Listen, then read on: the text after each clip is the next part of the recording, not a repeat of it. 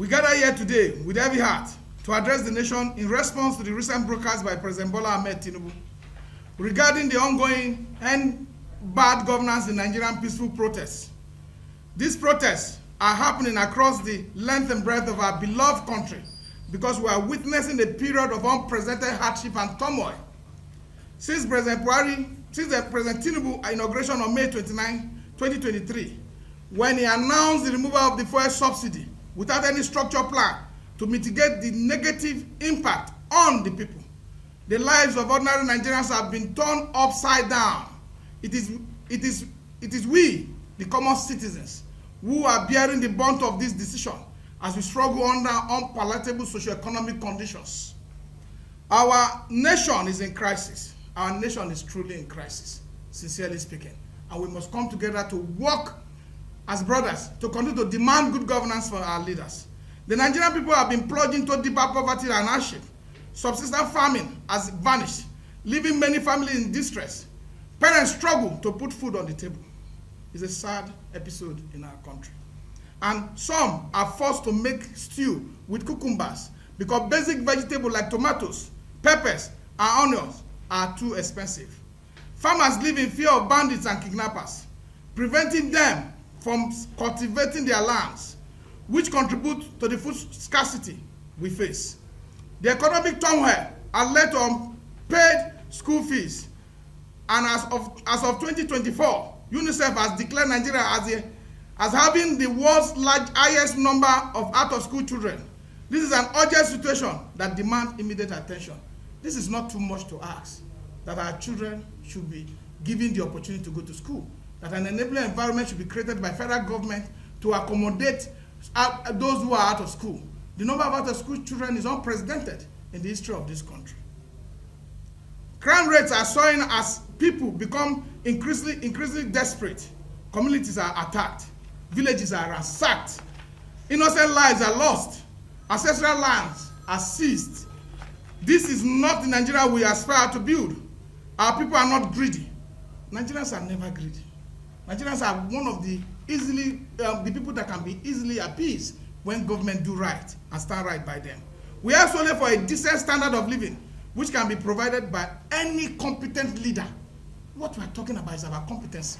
It's about the fact that you cannot take irrational policy decisions. It's about the fact that you cannot wake up without proper planning, without proper study. You say subsidy is gone. That has brought untold hardship on our people, increasing the transportation cost alone by 300%, from 190 naira per liter of fuel to 800 naira now, 1,000 plus. How do you say Nigerian people should not ask their government to do better? We're asking our people to do better. It is particularly disappointing to see this government, led by President Tinubu, who once stood as an opposition leader and supported protests, now using state forces to suppress the rights of citizens. Section 39, Section 40 of the Nigerian Constitution, along with Article 19 and 20 of the United Nations Universal Declaration of Human Rights, guarantee our rights to freedom of expression, and peaceful assembly. Yet, when Nigerians exercise this right under this government, led by President Tinubu, they are faced with brutality and even death. The penalty for protest is not death penalty. The punishment for protest should be at least water cannon, rubber bullet. People are protesting in UK as we speak. How many records of death have they recorded? Because the police must be civil. Civil society and the security agency must adhere to the Constitution of the Federal Republic of Nigeria. And the protesters in Abuja and other elsewhere have respected their right to peaceful protest. We have witnessed tragic events, such as the killing of Abbas Kabiru by the Nigerian police in Kaduna and the death of 16-year-old Ismail Muhammad at the hands of the Nigerian army. These are only a few examples of the violence that peaceful protesters have endured, with the Amnesty International stating over 22 peaceful protesters brutally killed by the security agencies. If not because of the pressure that came from Kaduna, that the Nigerian army accepted and said in public realm and even offer apology, and then paid 300,000 naira to the family of the deceased, a 16-year-old boy. What will 300,000 do to the family? Look at the emotional trauma that comes from that. If they have applied the alternative of trying to negotiate speak to Nigerians who are the custodian in the first place of what people governance are. It should be. We won't be in this state of struggling to give our people a fair hearing. The 1999 Constitution as amended clearly protected our inalienable right, including the right to protest. According to the Constitution, no one should be heard without being charged to court for more than 48 hours. Yet, individuals like Alhaji Khalid Aminu remains in detention without charges, languishing in the SSS custody in Kaduna. This is unacceptable, and the government must do everything possible to release all peaceful protesters or charge them to court. Nigeria may be a lawless place, but our fundamental human rights will not be taken away from us. We demand that all those detained in connection to the ongoing protests be released with immediate effect, or else President Tinubu should be ready to arrest and kill us all. The demand of Nigerians who have gathered peacefully since August 1st, 2024 must be heard. We seek relief from the economic hardship inflicted upon us by the irrational policy of President Tinubu-led government. The use of live ammunition against peaceful protesters is intolerable and must end immediately. We also declare that the harassment and intimidation of journalists who are bona fide members of the fourth estate of the realm for covering the protest is a breach of the Constitution and other relevant international laws, and this should also be stopped immediately. We saw journalists being harassed. We saw journalists from AIT who were shot at the airport, who had serious injury on their leg, broke their leg. We saw a new central journalist. I'm a trained journalist myself. I know the right of journalists in the country to be able to keep Nigeria in the right direction and continue to inform the citizens about policies and decisions of government, and also inform the government. They are the gap between the two sides. And if you now start to now make sure that there's no free press, as soon as there's no free press, then there's no democracy. As soon as there's no freedom, and then there's no democracy. As long as the people cannot voice their voice without fear, then our democracy continues to languish in the hands of those who are intimidating us. Our protests are not staged for criminals. To those who see our peaceful protests as a means to put their criminal activities to practice, you are not part of our cause. Our cause is good governance. Our cause, we demand that government must be responsible. Our cause, we demand that government must cut the excessive spending on themselves and ignoring the Nigerian masses. Our cause is that public schools must work for public good. Our cause is that public resources must be used for the development of this country. Our cause is that our refinery must work so that we stop importing and spending dollars that we don't have.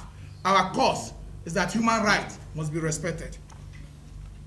We call on President Tinubu to immediately halt the use of brute force by security agencies against peaceful protesters.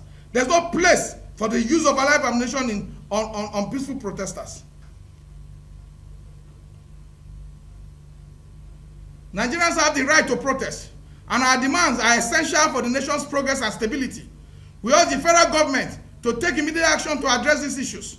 We are aware of the government tactics of bribing key stakeholders to quench protests, but this time it will not succeed. Our demands are not met. We will continue to peacefully express our sufferings and frustration until they are addressed for the benefit of the common man on the street. Nigeria will not give up. We will not give in. We will not cave in until their demands are met. And that demand is that the welfare of our people become paramount in the eyes of those who are government. The people are not made the people are not beholden to government. Government is made to provide for the people. So when government fails in that direction, yes, it is the responsibility of citizens to speak up.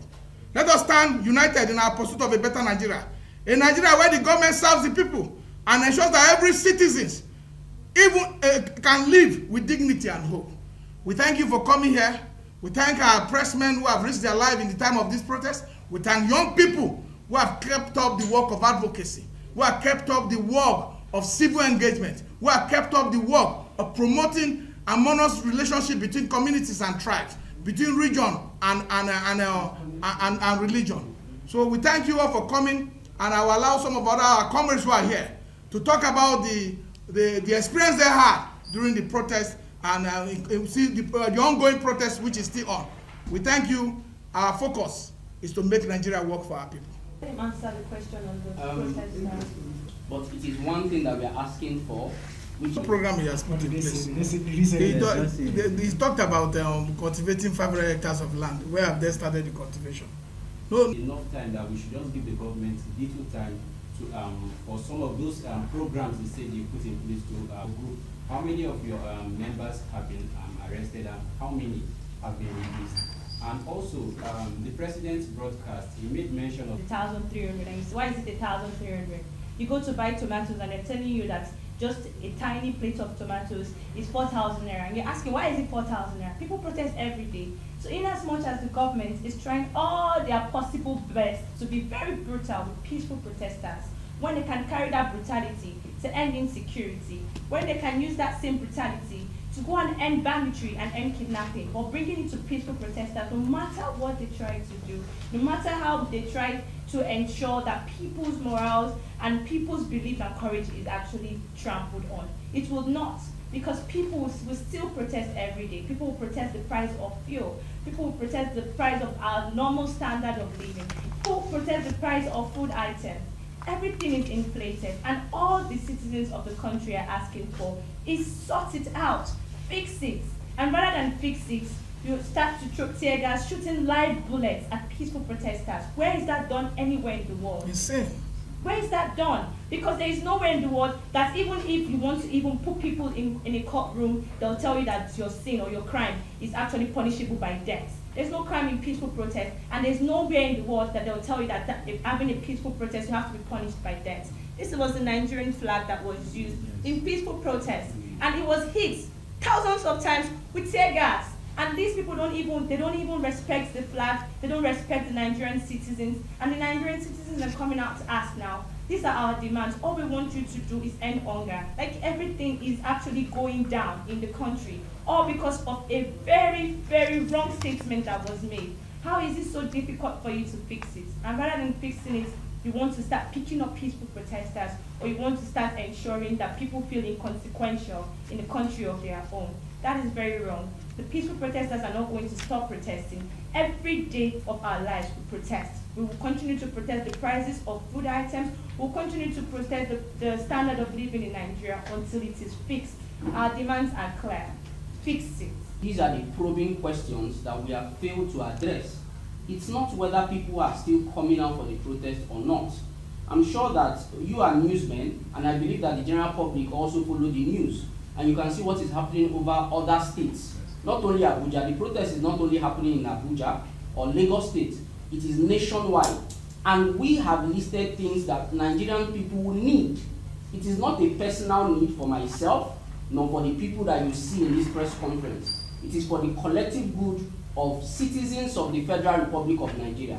And it is actually an embarrassment to this democracy which we claim to practice, that these same protesters are being oppressed in this manner. How can children be dying in a peaceful protest? Children are dying. These are the same events that happened during the NSAS protest in 2020, and it is a repeated reoccurrence. If we are indeed giants of Africa, we should be able to lay those roadmaps. We should be able to lay good examples, both in democracy, in judicial reforms, in electoral reforms, in the economy, in commerce. What is the ease of doing business currently in Nigeria? Businesses are folding. Companies are leaving Nigeria. So the issue is not about how many people remain on the streets. The issue is that has the problems been solved? And it is unfortunate that President Bola Ahmed Tinubu, who addressed the nation, could not address any of the things that these people have been on the streets protesting for. Not one was addressed. Not one. The hunger persists, the inflation persists, the economic difficulty persists, and a lot more. In fact, individual businesses, which is the private sector, which is supposed to be running our economy, has been crippled. How much do you buy diesel or fuel in order to, solve the problems of your businesses around? So I think that we should be asking the government the right questions and not the citizens. If they cannot answer to our demands, then I'm afraid that this protest will continue. Protest is simply airing your grievances, and like he has rightly mentioned, it is enshrined in all records, all laws, both international laws and treaties that Nigeria is a signatory to. The level of armory, the level of personnel that have been deployed to quell peaceful protests. That is to show that we can even end banditry. That is to show that we can even secure ungoverned spaces. That's to show that we can secure our federal highways over how many thousand kilometers. So what we are saying, you have the intimidation, the harassment is the reason why in this press conference is even happening in the first place. That people have been harassed. You ask something, you go to another, that people have been picked up. We spoke here that Aminu has been in detention. So these are factors that are militating. Look, you can suppress an idea. You can suppress people's right. You can suppress people's opinion. But it lives in their heart. And that suppression is the reason why democracy is not germinating well. And the people must stand. And the people must collectively demand good governance. And for that reason, we are committed to the peaceful protest. We are committed. What we are doing here is peaceful protest. What we are doing here is peaceful protest. The young men that you see here have come out to speak. You understand? Please, we are not giving in like we have said. What we have said is that we are re-emphasizing some of the requests that we have made for the protest starting from August 1. That is, requests are alive. Electoral reforms are important. Without proper electoral environment, without proper elections being conducted that will represent true wishes and aspirations of our people, without a reform that will protect that one man, one vote, without a reform that will say that from the EC8A must be scanned directly through the beavers to the IREC, without such reforms and without proper electoral environment, we will elect leaders that will not be beholden to the people, that will not respond to the people. Leaders will elect themselves. So these are demand every citizens, every government will adhere to. And say, let's have our people elect our leaders. What is too much to ask? Hunger day, oh. Hunger day. Please let's Mr. Maxwell just key into that too. Okay. The mantra of that poem, the feast for the comrade, that there's no tribeless, religionless, and regionless. So what we are gathered here to do is to speak with one voice. Some of us come from different generations within this country, where our experiences are different. Some of us have seen what's governance system. Some of us have not seen democracy in the real form. What we are saying is that where there's a gap between the function of what the political party should do as enshrined in from the section 223 to 229, then the citizens will take the mandate and then do what is needful to put government in check. Because what President Tinubu and APC did and his other counterpart did was to put every government that have come on the front burner and pressure pot to be able to ask that they do good for the people. So why is ours different? Ours is not different. We will do what the opposition leaders are not doing.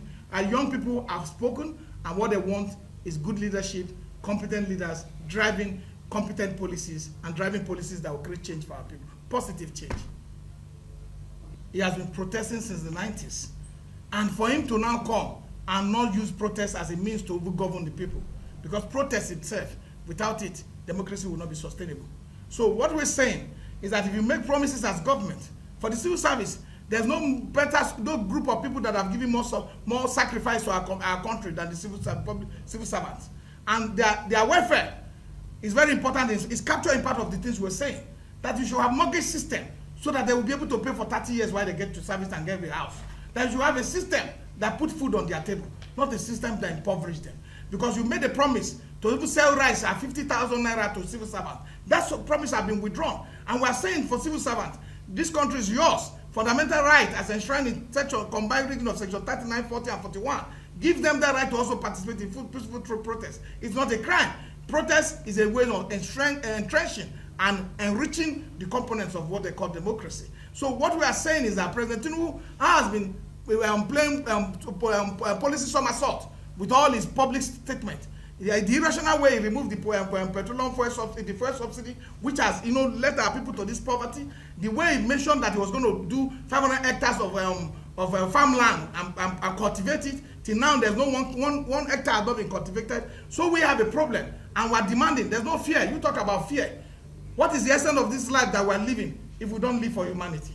What is the essence of this life that we're living if we don't sacrifice ourselves to make sure that generation yet unborn have a better place to live in? Our parents were afraid. Our forefathers were afraid. We suffer that consequences. It is time for young nation, young Nigerians to believe in demand, to demand good for their government. It is our responsibility. Ain't nothing is serve a la carte. So we are asking that President Tinubu look at this reasonable demand and then execute them in line to the benefit of his own legacy, to the benefit and the growth and development of our own people, socio-economically and politically. several individuals, several lawyers have decided to give pro bono services to ensure that these people are released. However, we know that this still falls within the power of the federal government. A simple order, Mr. President is the Commander-in-Chief of all armed forces in the Federal Republic of Nigeria. We have the list of our people that have been arrested, but these are not all. In fact, there are people that we don't even know. Those who were picked up just by passing on the road, even journalists like yourselves that have been picked up, and several individuals across the Federal Republic of Nigeria. This list come up every day because these arrests are made every day. And that is why one of our demands is not to only release the people who were arrested during the NSAS protest, but also those who are still arrested during this protest and still being arrested even as the protest continues or as we speak. So what we are calling on them is that we must not provide any list. While the list is compiled, every day lists are released. He mentioned some names. Let them stop arresting peaceful protesters. And I'd like to state this categorically. We realize that it is simply an RNG meeting with several security forces to keep on arresting people in the name of that they are bandits. Please, people who are protesting are not bandits.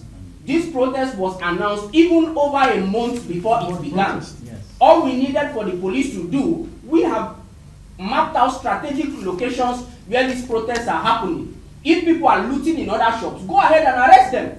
Why are you arresting people who are on the street at strategic locations without any weapons, asking for good governance? So I am saying that the list will be published. A lot of people are still being arrested as we speak, and they should stop that arrest with immediate effect and release all those who are in detention. They know these people, and they know in the places that they've been arrested. You want to speak? Let me say something. Where is the electoral reforms that is needed to usher in a proper democratic government in Nigeria? Where is that? Is there any committee? Is there anything going on in the National Assembly that point to that? So there are issues. The issues are on this. My brother at the extreme end, Mark has said, there's a demand. The government is seeing it as confrontation. That's the problem. They are not behaving as if they're in a democracy. There's a demand. And this demand is clearly stated here. He talked about the electoral reform. He talked about securing our farmland. What is the security architecture the government has even put in the public to tell us that going forward, that our farmlands will be secured? These are the demands. I'm asking, what has he said? Rhetoric and trying to make promises on paper is something anybody can do. Everybody can do it. You can read anything. But ask the president, are these things being done? Are Nigerians feeling what is going on? He talked about sending 500 and something billion to state. The state have said it's COVID-19 relief money. And why there must be a system